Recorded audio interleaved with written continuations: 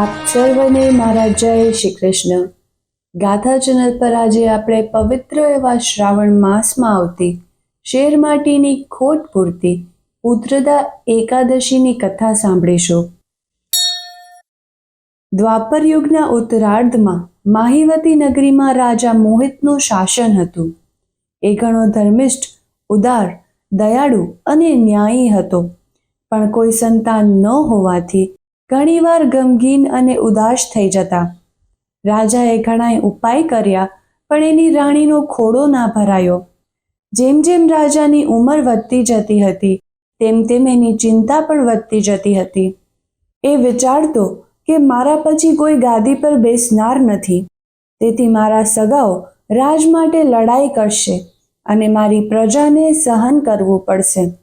એક વખત આ ન્યાયી રાજાએ સભા ભરીને ઘોષણા કરી, મેં જીવન ધર્મથી જીવ્યું છે, છતાં હું સંતાન સુખથી વંચિત છું. મેં પંડિતોની સદા કદર કરી છે, બ્રાહ્મણોને દાન કર્યા છે, અનાથોના આંસુ લૂછ્યા છે, છતાં હું કેમ વાંઝ્યો છું? કોઈ વિદ્વાન મારા આ સવાલનો જવાબ આપશે? રાજાની આવી વેદના જોઈ પુરોહિતને ઘણું લાગી આવ્યું. એ તત્કાળ રાજાનું દુઃખ ટાળવા ઘોર અરણ્યમાં ગયા. ઋષિ, મુનિ અને તપસ્વીઓના દર્શન કરતા કરતા પુરોહિત લોમેશ ઋષિના આશ્રમે આવ્યા. સર્વશાસ્ત્રોમાં પ્રવીણ એવા ત્રિકાળ જ્ઞાની ઋષિ સદા નિરાહારી રહેતા હતા. પુરોહિતે ઋષિના ચરણ ધોયા પછી પોતાના રાજાના દુઃખની વાત કરી અને કોઈ ઉપાય જણાવવા વિનંતી કરી. ઋષિએ તત્કાળ સમાધિમાં જોયું. પછી ઋષિ પુરોહિતને કહેવા લાગ્યા, હે પુરોહિત, રાજા મોહિત ગયા જન્મે વણિક હતો. ગરીબ હોવા છતાં એ ઘણો ધર્મિષ્ઠ હતો. ગામે ગામ ફરતો અને વેપાર કરતો. એકવાર એ વેપાર કરવા નીકળ્યો. ઉનાળાના દિવસો હતા. ભયંકર ગરમી પડતી હતી. જેઠ સુદ બારસનો દિવસ હતો. મધ્યાહન કાળે એ વણિક એક ગામના ગોંદરે આવ્યો. ભયંકર તરસના કારણે એનો જીવ જતો હતો.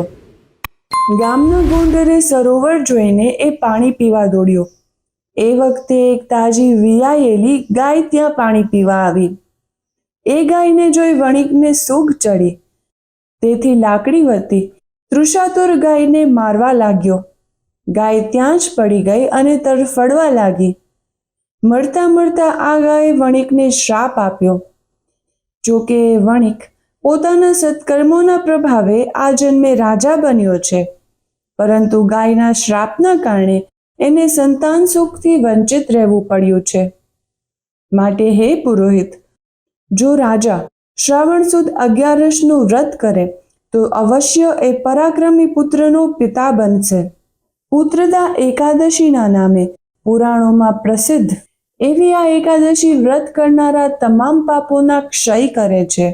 મહાતપસ્વી એવા લોમેશ ઋષિના આવા વચન સાંભળીને પુરોહિત ઋષિને પ્રણામ કરીને હર્ષભેર રાજા પાસે આવ્યો અને બધી વાત કરી. શ્રાવણ માસની સુદ 11 આવતા રાજાએ વિધિવત વ્રત કર્યું. બારસના દિવસે વિદ્વાન બ્રાહ્મણોને દાન આપ્યું. આ વ્રતના પુણ્યના પ્રભાવે રાણીને ગર્ભ રહ્યો. 9 માસ પૂરા થતા દેવના ચક્કર જેવો દીકરો જન્મ્યો. બોલીએ શ્રી કૃષ્ણ કનૈયા લાલ કી જય.